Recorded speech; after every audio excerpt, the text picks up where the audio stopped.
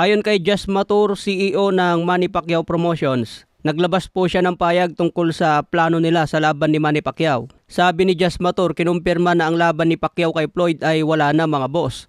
Pero interesado pa rin si Josh Matur na ituloy ang laban kay Floyd Mayweather.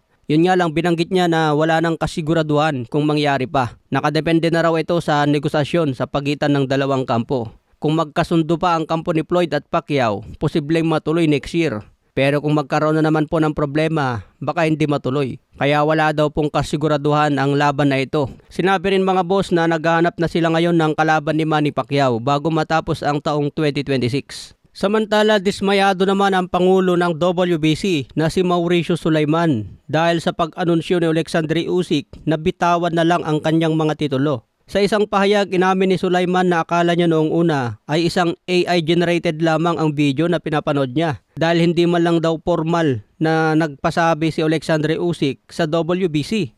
Basta na lang daw binitawan ang kanyang mga titulo. Masama ang loob ni Sulaiman dahil nalaman lang niya ang balita sa internet. Sinabi ni Sulaiman na nakakalimutan na ng mga boksingero ngayon ang maging mapagkumbaba, lalo na kapag kumita ng malaking pera. Sabi ni Sulaiman, wala man lang tawag, sulat o anumang abiso na pinadala ni Usyk sa WBC bago tuluyang isuko ang mga belt. Sa kabila ng kanyang pagkabad trip, sinabi pa rin ni Sulaiman na isang special na tao si Usyk. Sabi nga ni Usyk mga boss, ibabakante niya ang lahat ng titulo bago sumampa sa ring. Ibig sabihin, pera-pera na lang ang laban niya sa kanyang huling laban. Sayang at hindi pa niya nakalaban si Agit Kabayel at si Moses Itauma. Sa iba pang balita, Bob Arum bad trip kay Dana White. Sinabi ni Bob Arum na si Dana White ay talagang isang kanser sa mundo ng boxing.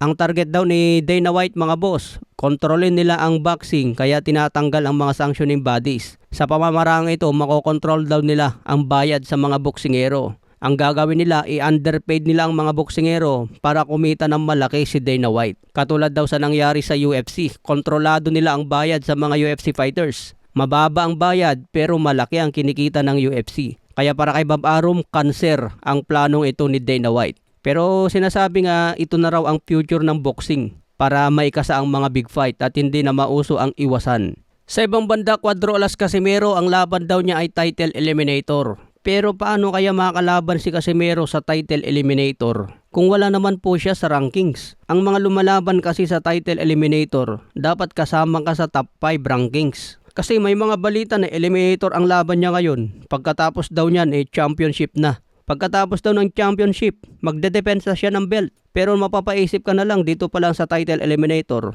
Wala naman siya sa top 5. So paano kaya ang gagawin ni Kameda dito mga boss? Kaya abangan natin kung talagang title eliminator ang laban ni Cuadro Alas. Okay mga boss, follow for more updates.